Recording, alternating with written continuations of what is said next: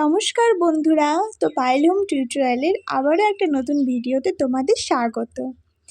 আজকের আলোচ্য বিষয় হচ্ছে উপেন্দ্রকিশোর রায়চৌধুরীর লেখা বোকা কুমিরের কথা এই গল্পটি। ঠিক আছে, তো এটি একটি অত্যন্ত জনপ্রিয় এবং নীতিশিক্ষামূলক গল্প। ঠিক আছে, এতে এক চালাক শেয়াল ও আর এক বোকা কুমিরের চাষাবাদের কথা কিন্তু এখানে ব্যক্ত করা রয়েছে। মানে বোকা কুমির আছে একটা শেয়াল আছে, তো তারা দুজনে মিলে চাষ করবে ও কে ঠকে যাবে আর কে কিন্তু ভালো জিনিসটা নিয়ে চলে যাবে, সেই গল্পটাই আমরা পড়ব।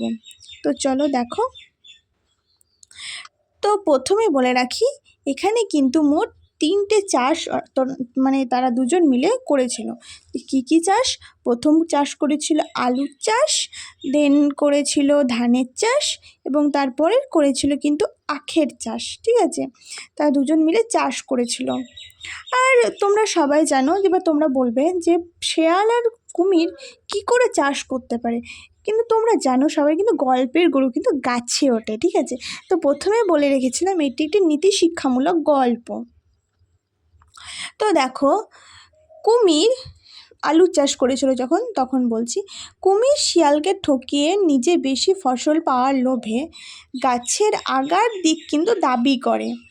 এবং মানে তাহলে আমরা সবাই জানি যে আলু কিন্তু মাটির নিচে হয়, গাছের ওপরে কিন্তু হয় না। ঠিক আছে, এবং শেয়ালকে গোড়ার দিক নিতে বলে, কিন্তু আলু তো মাটির নিচে হয়, তাই ফসল তোলার পর কুমির শুধু গাছের ডালপালা পায় আর শেয়াল সব আলু নিয়ে চলে যায়।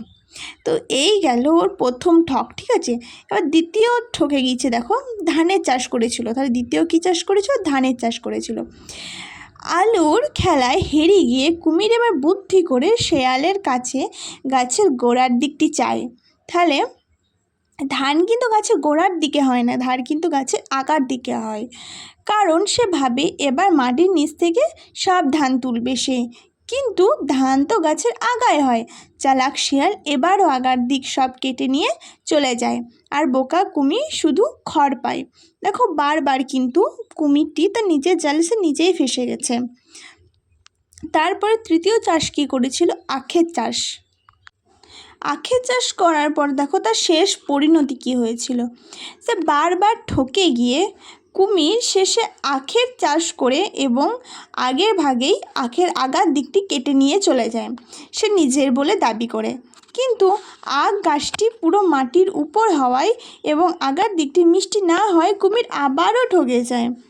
তাহলে এখান থেকে আমরা কি মূল শিক্ষা পেলাম যে অতিরিক্ত লোভ ও বোকামি মানুষকে শেষ পর্যন্ত কিন্তু ঠকিয়ে দেয়। ঠিক আছে, চালাকি করতে গিয়ে সে নিজেই বোকা বনে যেতে হয়।